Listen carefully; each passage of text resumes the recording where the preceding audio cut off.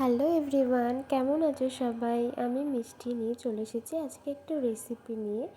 বাড়িতে বসে বসে বোর হচ্ছিলাম, তো ভাবলাম আজকে একটু চিলি চিকেন বানাই। আর আমি এখানে সমস্ত ধরনের পেঁয়াজ, ক্যাপসিকাম আগে থেকে কেটেই রেখেছিলাম। এখানে আমার চিকেনটাও ম্যারিনেট করার ছিল।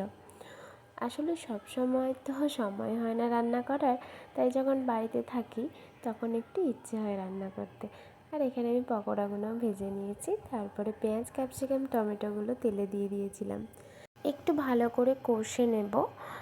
তারপর এখানে আমি সসটা আলাদা করে রেখেছিলাম, চিলি সয়া টমেটো, তো সেটাও দিয়ে দিয়েছি। আর কালারটা খুব সুন্দর এসেছিল। এরপর আমি একটু জল দিয়ে ভালো করে ফুটিয়ে নিয়েছি।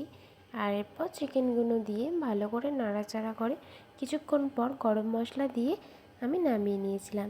আর এরপর গরম রুটির সাথে সার্ভ করলাম চিলি চিকেন। কেমন লাগলো ভিডিওটা জানিও।